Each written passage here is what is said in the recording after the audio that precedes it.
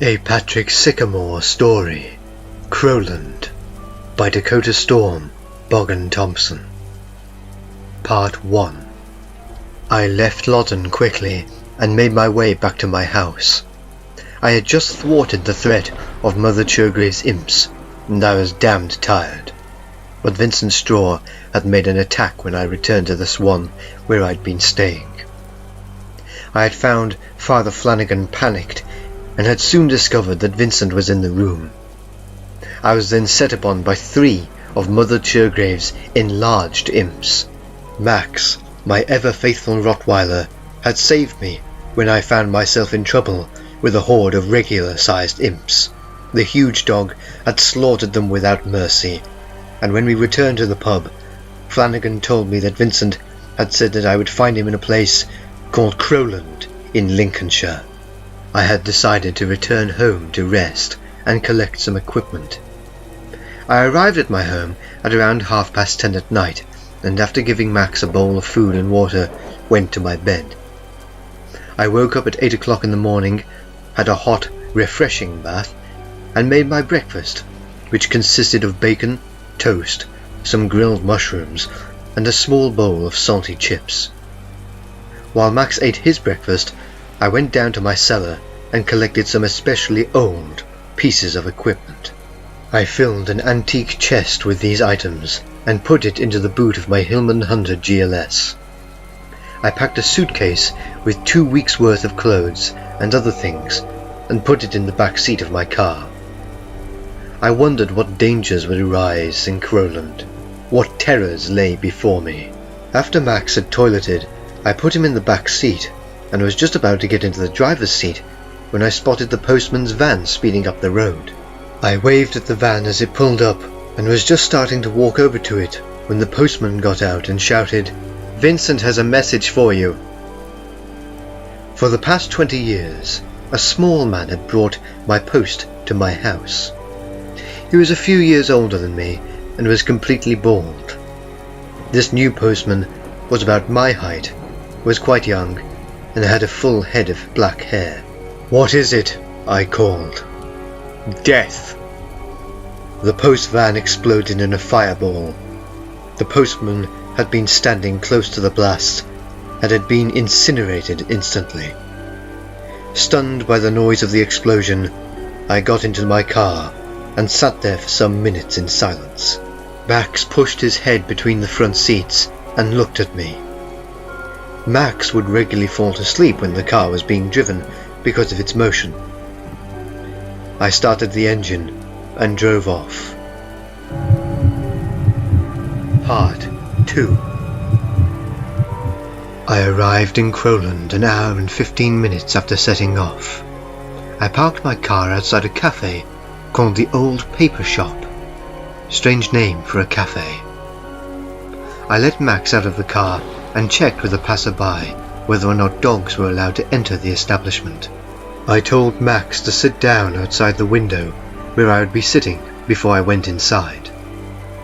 It is my firm belief that you can judge what kind of problems are going on in a town by simply listening to the conversations in a cafe. It can be very enlightening. I ordered myself a cup of Earl Grey tea and 2 donuts, one of which I took outside to Max, who ate it slowly and methodically. While I was waiting for my tea to cool, I listened out for any peculiar conversations. I soon found one. A group of youngsters were sitting round one of the tables, talking about a local chemist's. "It's a shame that Lloyd's the pharmacy has gone," said a small brown-haired girl. "Yeah, but the apothecary is much better," said a blonde-haired lad.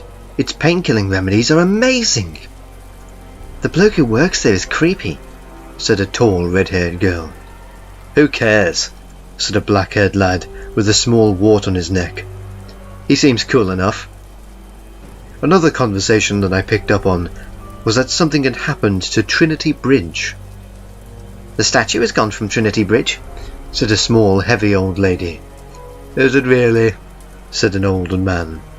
"It is," said the old woman.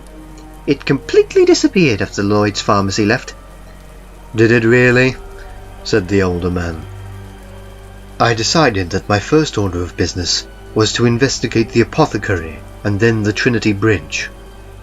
I drank my tea, left the cafe, and made my way straight towards the apothecary, with Max trotting at my side. I told Max to sit outside of the chemist's shop while I went in and had a look around.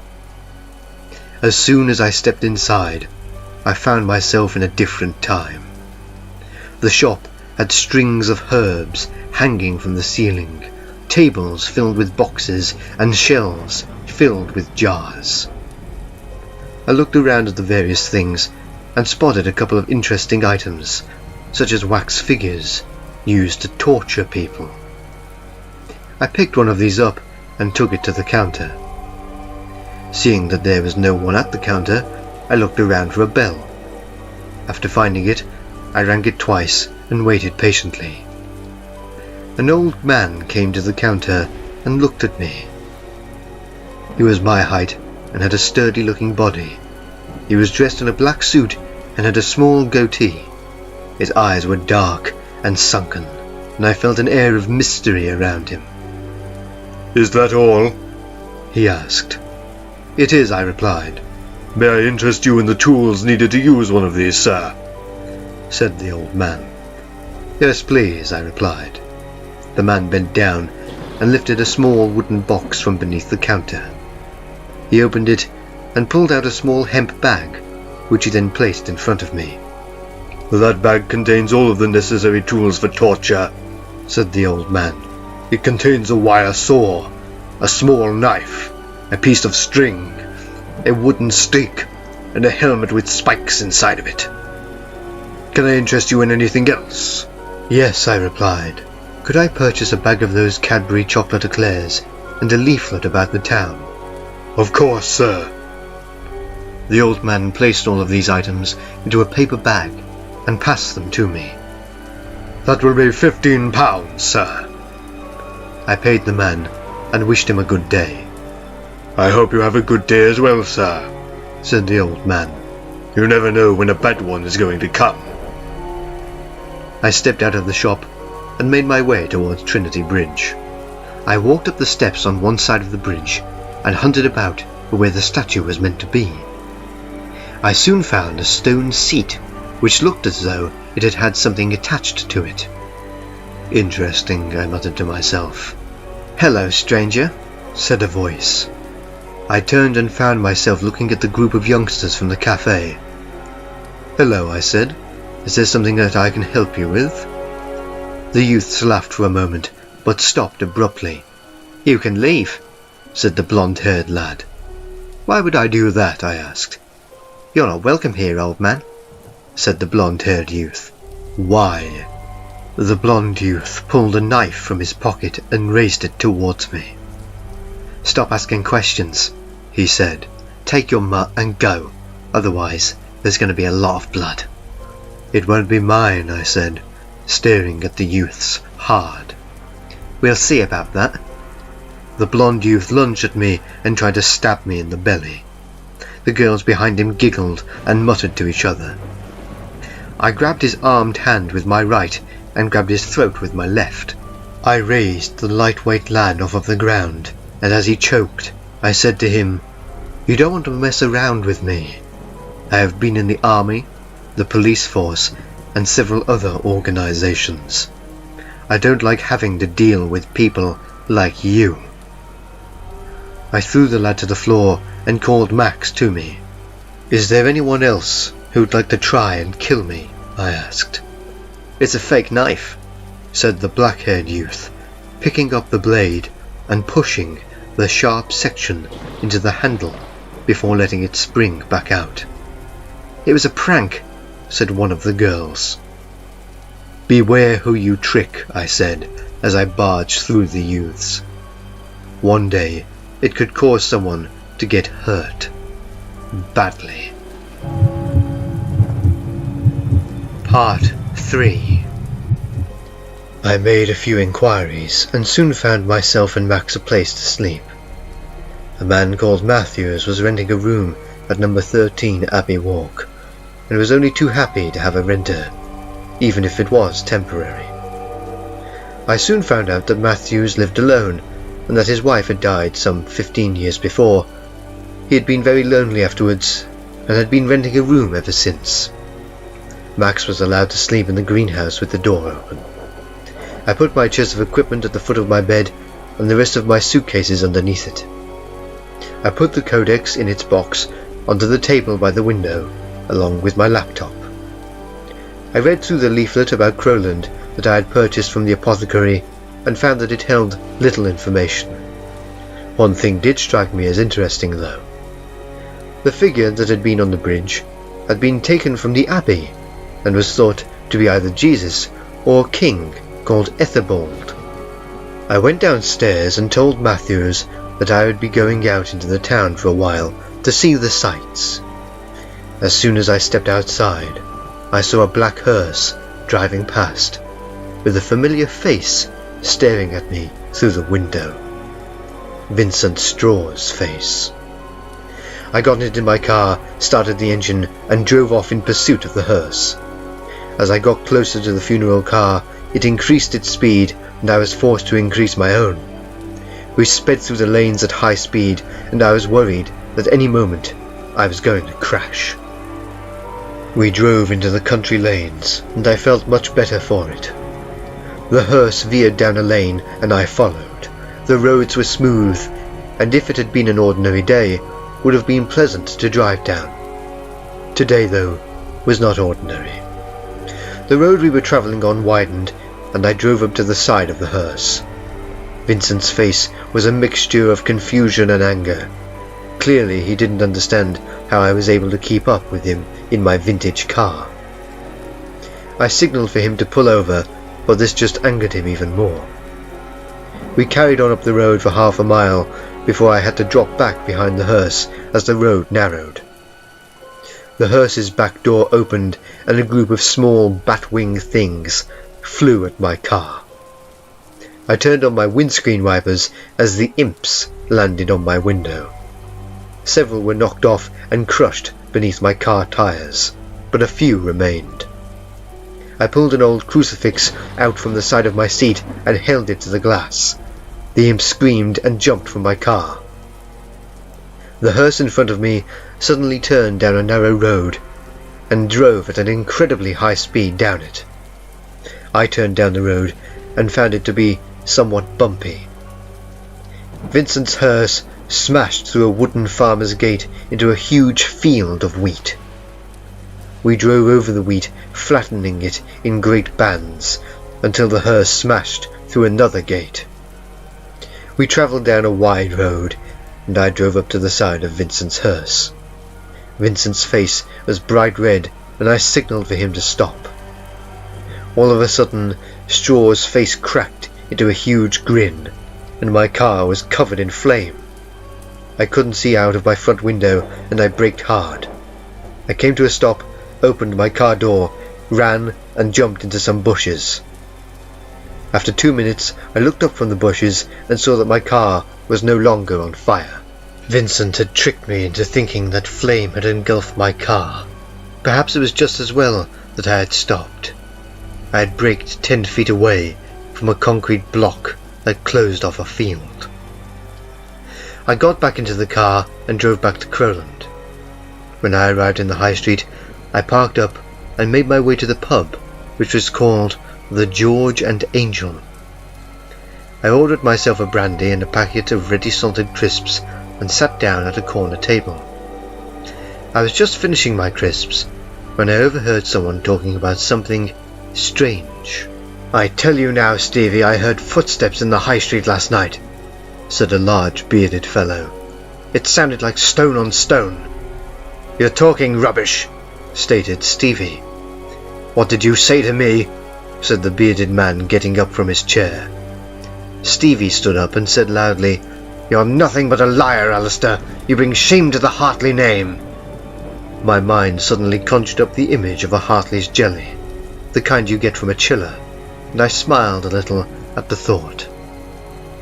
Alistair drew back his hand to punch Stevie, but he was too slow, and the bearded man was sent sprawling backwards onto the floor. I got up and began to walk over. Alistair had just gotten groggily onto his feet and was raising his hands to fight, as Stevie's fist flew towards his face. I caught Stevie's hand and flung it to the side. "Stop this!" I exclaimed, as I sent my fist into Stevie's face, knocking him out cold. "Thanks for the help," said Alistair, putting his hand on my shoulder. "Will you join me for a drink?" I asked. "I shouldn't really," said Alistair. "I insist," I said. Alistair consented, and they ordered another brandy for our table. On the way to my seat, Stevie got up from the floor and stared at me with burning hatred in his eyes. "Next time we meet," he said, "I'll beat you." "If we meet again," I said, "there'll be nothing left of you, so I'd watch your tongue if I were you."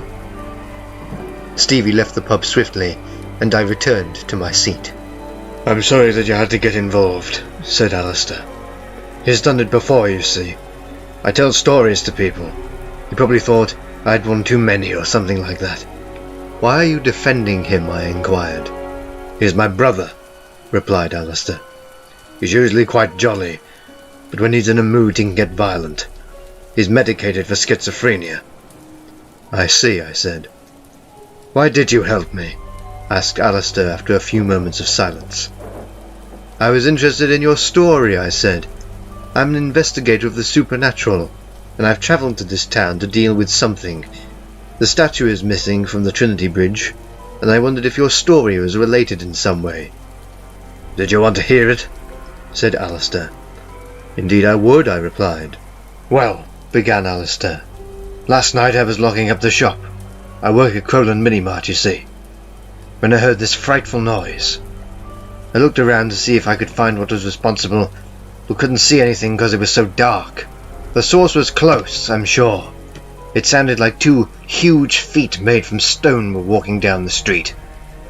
"What time was this?" I asked. "About 10:30, replied Alistair. "I'd had to reorganize the storeroom, you see." "How long did the noise last?" "About 5 minutes, answered Alistair. It stopped after I heard a door close. I don't know which, though. I was scared to look." "I understand," I said. "What do you do for fun?" "I do jigsaw puzzles," said Alistair, "and I make little clay figures. I also walk along the roads to clear my head and make stories. I write them down for the newspaper, you see." "What does your brother think of your hobbies?" "He thinks I'm a fool," said Alistair. "I'm smarter than I look, though. When I was at school, I got straight A's almost every time. He only ever got B's and C's." "Why do you let him treat you like that?" I asked. "I'll show you," said Alistair, getting up from his seat. "Follow me." I paid the barman and followed Alistair behind the pub. He led me to a group of industrial biffa bins and said, "Watch this." The bearded man readied himself and punched the bin. "That bin's made of steel," said Alistair. "I won't fight Stevie because I'm worried that I would kill him. It's just as well that you intervened. I could feel myself losing control of my temper." Alistair and I talked for a few minutes more before we separated, and I began to walk back to my car. "Hey!" I heard someone say as I passed the mouth of an alleyway. "Come here." I walked down the alleyway and found myself confronted by Stevie and the blonde-haired lad that I had had to deal with earlier. "You beat up my son," said Stevie. "I defended myself," I returned. "What?" said Stevie, giving his son a harsh look.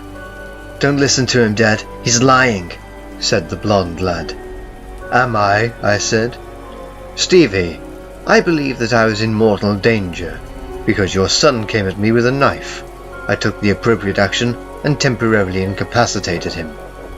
I learned afterwards that it was in fact one of those trick knives, the blade being held out of the handle by a low-powered spring. I believe that it was the right thing for me to do, and I hope that your son and his friends have learned that sick jokes are not funny. Have a good evening." I turned to leave, but was stopped by Stevie. "I'm sorry that my son did that, and I'm sorry that you had to get involved with me and Alistair." "It's in the past now," I said. Hopefully, if we meet again, we can be somewhat friendlier towards each other." "I agree," said Stevie. I left the father and son to quarrel and went back to my car. I drove back to Matthew's house, where I found him preparing a meal of scampi pieces and chips. Max was already feasting on some sausages that had been cooked for him. We ate and talked for a while before we both retired to bed. I had a feeling that I wasn't going to get much sleep though. A very firm feeling. Part 4. I awoke at around 3 in the morning to the sound of grinding. I had gone to bed fully dressed, fully expecting to be woken up, and so quickly made my way downstairs. I took with me a crucifix made of silver and a bottle of holy water. I opened the door to the back garden and looked out into the night. The garden was dark, and I could only see sketchy details. I stepped out, and out of the corner of my eye, saw something coming down upon me. I darted forward and looked at my attacker. The figure came out of the shadows, and I saw why I had heard a grinding sound. The figure from Trinity Bridge had been sent to kill me. I opened the bottle of holy water and splashed it at the immense stone figure. The holy water had seemingly no effect, and so I held my crucifix before me. The monster continued moving towards me without hesitation. I moved back quickly and ran to one side of the stone figure, where I gave it a shove. I had hoped that the figure would fall and shatter, but my attempt was in vain, for the living statue failed to fall and instead pushed me back. Matthews had by this time turned his bedroom light on and opened his window to see what was going on. This provided me with enough light to see the details on the stone figure. It stood at 8 feet tall, and its shoulders were 3 feet broad. I hadn't a clue how to destroy it. It suddenly occurred to me why the statue was not affected by holy water or a crucifix. It was from the abbey, a ruin now. Perhaps the power of the abbey's holy grounds would be enough to destroy the monster. The statue moved slowly and was not well articulated physically. I ran towards the gate that led to the street and found it to be already open. The statue had pushed against it and broken the wooden bolt. "You want me?" I said to the approaching stone man. "Then follow me." I walked swiftly out of the gate and started up the road. The stone figure followed slowly after me, with its arms outstretched to grab me. It took us 5 minutes in total to reach the abbey. I stepped onto the grounds and waited for the statue to follow me. The figure stopped for a moment, unsure it seemed of what it was doing, but continued on towards me. The abbey's power evidently was not capable of immobilizing the living statue. I would have to think of something quickly. An idea formed in my mind. It could work, but it would be hazardous. I rushed over to some graves which had stone covers on them and waited. I stepped onto one of the grave covers as the statue moved sluggishly towards me. The monster reached me and grabbed a hold of my arms with a nearly bone-crushing grip. I would most certainly have bruises the next day. I hate bruises. With all the strength in my legs, I pushed the stone creature backwards, the sudden movement causing it to try and save itself. Unfortunately for the cold stone statue, its foot caught a grave cover and it fell to the floor. Unfortunately for me, I was still in its grip. The statue shattered into large fragments on impact, and I landed on the rubble, which caused great discomfort and would inevitably result in further bruising. I climbed off of the rubble and checked myself over. Nothing was broken, and I had no cuts or scratches. Lucky me, I muttered to myself. I looked around the wreckage of my attacker and saw that its head was intact. I picked up the head and tucked it under my arm. I walked back slowly to Matthew's house and made my way upstairs. "What was going on out there?" said Matthews. "You made enough noise to wake the dead. Is that a stone head?" "I was just attacked by the statue from Trinity Bridge," I explained. "I am an investigator of the supernatural, and have come to Crowland to try and destroy a particular entity who calls himself Vincent Straw." "What's he like?" asked Matthews. "He's about 6'7", thin, hard-looking, has dark, sunken eyes, and looks like death incarnate." "He came to town about 3 weeks ago," said Matthews. "Did you do anything while he was here?" I asked. "He walked around one of the fields," said Matthews. "Then he went into Lloyd's pharmacy, which shut down about 2 days later, and then he left." "Interesting," I said, going into my bedroom. "What are you going to do?" asked Matthews as I opened my antique chest of equipment. "I am going to have a chat with the head of the Trinity Bridge statue," I replied, pulling out 2 metal helmets linked together by thick copper cables. "But it's just a lump of rock," said Matthews. "How's it going to talk to you?" "Energy is eternal," I began. "It can never disappear. This energy is created from both simple and complicated actions, such as 2 coins being rubbed together, which will generate heat. I intend to link my helmet set with the statue and absorb the energy caused by the magics used to animate it. Using this energy, I should be able to track the villain using the residue produced from the magic. The energy will be temporarily in my brain, which will signal me in the scoundrel's direction. This is achieved by close contact with the individual or by something which has been in close contact with them." I opened up the box that contained the codex, sat down and opened the book, flipping through it to the required page, which had been written by a Romanian priest some 300 years before.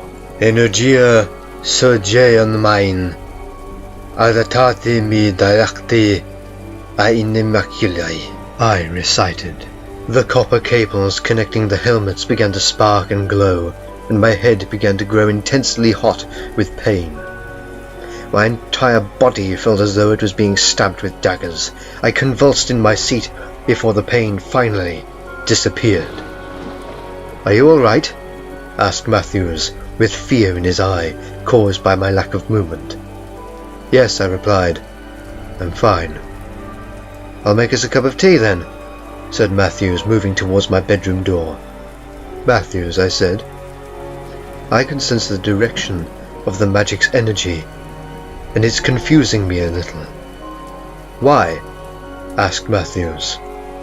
"Because," I began, "it's coming from you." Part 5. "What do you mean?" said Matthews. "Move around," I said.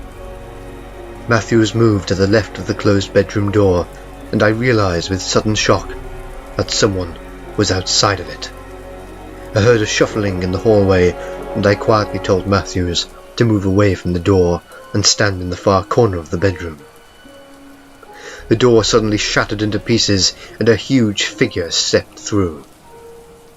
At first I thought that I was dreaming, that I was in some sort of nightmare caused by absorbing the energy from the statue's head. My thoughts changed, though, as the monster came towards me and cawed loudly. The monster was an immense crow, some 7 feet tall and 5 feet wide. Its huge beak darted towards me as I tried to pull a crucifix from my pocket. The monstrous bird had evidently made its way into the house while I had been transferring the energy from the statue's head into my own. Because of my deep concentration and Matthew's concern and interest, we had not heard the giant crow get into the house. The crow opened its beak and lunged at me. My arm was grabbed hard by the beast's beak, and I realized that I was being dragged towards the window. The crow and myself broke through the window into the garden, and I heard Max begin to bark. The crow opened its huge wings and beat them hard. We flew up into the night sky, and a wave of anger came over me. I curled my arm around the crow's neck and head-butted its huge black eye. The crow's beak opened as it cawed in pain, giving me the opportunity to swing one of my legs over its neck.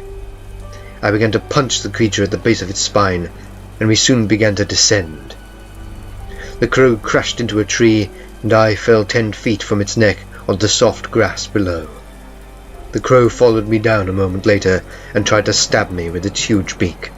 I dodged to one side of the crow's head and hit it hard in the side of the neck. The monster swung its head towards me like a club, and I fell down onto the ground. I took my crucifix out of my pocket quickly, and as the crow stood over me and opened its jaws, I threw it into its mouth. The immense bird swallowed it and began to shake. The eyes of the monster began to widen with panic as the crucifix took effect. The feathers of the beast came away in patches and fell to the floor. The bird fell to the ground and vomited forth the contents of its stomach like a small tidal wave. In the midst of the vomit was my crucifix, which I picked up with an old handkerchief that I carried in my pocket. The crow had, by this point, become very still and was beginning to breathe heavily.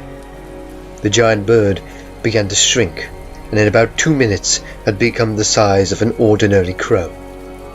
I stooped down and picked up the bird. It seemed to be in good health, except for the missing patches of feathers. The avian was the victim of whatever magic had been used to modify it, and I felt sympathy towards it. I put the bird in a branch in the tree we had crashed into, and began to walk towards a nearby road. About half an hour later, I reached Matthew's house and explained to him what had happened. I collapsed into an armchair in his living room, and I rubbed Max's back with one hand when he sat down next to my chair. "Fancy that cup of tea now?" queried Matthews. "Yes, please," I replied, "and don't forget the custard creams." After having my tea and biscuits, I spent the rest of the night dozing on and off in the armchair. My dreams were filled with faces and frightful scenarios of sacrifice and death. One face in particular kept appearing before me. The face was of the man who had served me in the apothecary. Even in my dreams, I could think of solutions to problems, and I soon came to the conclusion that whatever energy remained in my brain from the transfer with the statue's head was revealing who was trying to kill me. I awoke at 10 o'clock in the morning, bathed, brushed my teeth, and made my way into town. Part 6. I made my way to the apothecary and found it devoid of customers. I had expected to see people buying herbs and medicines. I looked around the shop for a few minutes before I made up my mind to go into the back room. I stepped behind the counter and walked through the door which led to the back room. I was shocked at what I saw. The horror of it was nearly enough to make me vomit. The entire storeroom was filled with dead animals, glass cases of human skins, and in the center of the room was a 5-pointed star. "Welcome," said a voice. "Where are you?" I asked calmly. "I am behind you," returned the voice. I span round, pulling an exorcist's crucifix out of my pocket as I did so. There was no one in sight. "You are a fool, Mr. Sycamore," said the voice from behind me. "You should have left when Stevie's son told you to."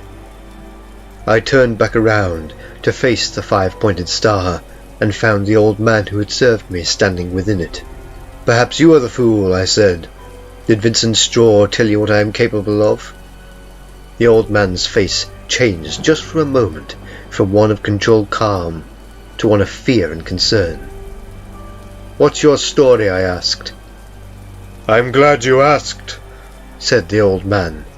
"My name is Thomas Goshawk. I'm a warlock. I was born in the year 907, and I died in the year 1545. I changed my name to Thursitel in the year 928, and became the abbot of Crowland in 948. While I was in this position, I studied and practiced the dark art of Satan and other dark ones." I learned how to drain the life of another so that I could continue to live. Using this technique, I took on the names of all of the abbots of Crowland. For centuries, I was able to slip inside the skins of the people elected to become the abbot, only stopping when suspicions of my hobbies were being investigated by Henry VIII's inspectors. For 6 years, I was able to live in relative seclusion. That was until a man came across me, a witch hunter. I fought him, but I had been weakened considerably by the ague and was killed at his hand. A few weeks ago, Vincent Straw came here and resurrected me. He told me that in order to continue living, I would have to kill you. I told him that it would be done. So far you have failed, I said. Indeed, said Goshawk. But now you shall perish. All around me I heard moans and cries, and the dead animals surrounding me came to life. A huge badger tried desperately to claw my leg, but I kicked it and sent it sprawling. Ostavi dohov smrti ne vrati se, I said in distinct Serbian. It was a phrase that I had learned from the Codex. I had only ever used it in particular situations. This, I felt, had been one of those situations. The animals fell to the ground, lifeless once more. I took a run at the warlock, hit him squarely in the chest, and sent him sprawling into one of his glass cases. Your evil is comparable to that of Vincent's, I said. Goshawk stood up from the wreckage of the glass box, opened his hands, and from them shot a ball of flame towards me. I moved to one side as the fireball approached me, and it impacted on the corpses of the dead animals. I rushed the warlock and grabbed him by the shoulders. I will stop you, I said. The bodies of the dead animals had turned into an inferno, the flames of which flowed up the walls to the ceiling. You'll burn to death if you stay, smiled Goshawk. I don't think that I will, I replied. I punched the warlock hard in the jaw, making his head spin with pain. I raised my crucifix and held it to his chest. You can't hurt me with that, laughed the warlock, pushing me hard, sending me into one of his glass boxes. I think I can, I said. Maybe you should look at your suit. Goshawk looked down, and fear filled his eyes as he realized that his suit was now on fire. What have you done? Cried the burning man. The warlock sent fireballs towards me, but overshot and caused the wall behind me to become a raging inferno. Your aim's a bit off, I said, running forward and tackling the burning warlock. I held my crucifix to the warlock's chest and pushed hard. Goshawk's torso sank, and the crucifix burned its way into his chest cavity. I pulled my hand out and found it to be covered in a black, sticky substance that smelt of death. I patted out some of the flames that were on my clothes and watched the warlock as he began to die. This cannot be happening, he said. How are you able to do this? I'm Catholic, I said. Goshawk's hands became torrents of fire as he stood up and looked around desperately. The warlock's face began to melt as he plunged his hands into his chest cavity in a vain attempt to remove the crucifix. Goshawk's entire body erupted into flame, and for a few moments became a distorted mess of expanding flesh, before it quickly deflated and sank to the floor. I looked around the burning storeroom and found all of the exits to be blocked off by flames. I ran in the direction of the door that led to the shop and passed through the flames, my overcoat catching fire instantly. Several people had come into the shop and were horrified to see me. To them I must have looked like a demon from hell. Get out, I yelled. Mr. Goshawk, the damned fool, has set himself on fire. Call the fire brigade. I pulled off my burning coat and threw it to the floor. The apothecary's customers moved quickly to the front door and left. I followed soon after and collapsed onto the pavement. Part 7. The fire brigade arrived 15 minutes after I was dragged away from the burning apothecary by a lad with dark brown hair. An ambulance was called for, and I soon found myself sitting in the back of it, with a paramedic checking for injuries. He was amazed to find that I had managed to get away from the inferno with only a few cuts and scratches, and no burns. A detective talked to me while I was being looked over, asking me various questions. "Are you of any relation to Mr. Goshawk?" said the detective. "No," I said, "just a friend." "Were you close?" "Not really," I said. "We used to talk together at university. I was passing through the area, and I found myself in need of a painkiller. I've got a pulled muscle in my back, you see. So I stopped here in this town and went into his shop, after I'd had a cup of tea from one of the cafes. I recognized him instantly, and we talked for a while. I told him that I would find a place to stay, so that we could catch up. Mr. Matthews at number 13 Abbey Walk will confirm that. I went into his shop to find him setting fire to everything. I tried to stop him, but he pushed me to the ground. He was too quick with his lighter, and so I was unable to stop him from setting himself on fire. He touched the flame to his suit, you see, and he turned into a pillar of fire. I can't believe he did it." "Did he give any indication of why he would want to commit suicide?" asked the detective. "None whatsoever," I replied. "Okay then, sir," said the detective. "You're free to go. I just need to know your address in case we need to contact you for further information." I gave him my address and home phone number, and was about to walk back to Matthew's house when I decided to ask the detective a question. "Who pulled me away from the shop?" "Some lad on his way through the town," replied the inspector. "Interesting name. I thought he was American at first. He said he was called Dakota. I'm afraid he's left town now. He said he needed to get home to do something or other." "Thank you, detective," I replied with a smile. I made my way to Matthew's house and was greeted at the door by Max. Matthews was sitting in the living room enjoying a ham sandwich when I walked in. "God," he said, "you look like you've been to hell and back. Let me go and make you a cup of tea." A few minutes later I explained what had happened and left Matthews in awe. "Strange thing happened while you were out," said Matthews after a while. "A letter came for you." I suddenly felt uneasy. "Where is it?" I asked. "On the hall table," replied Matthews.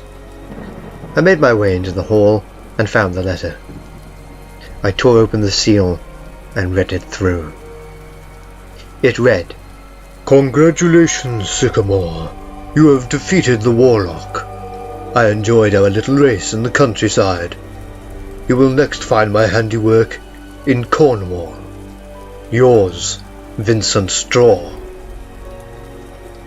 I put the letter into my pocket and began to reload the car with my belongings.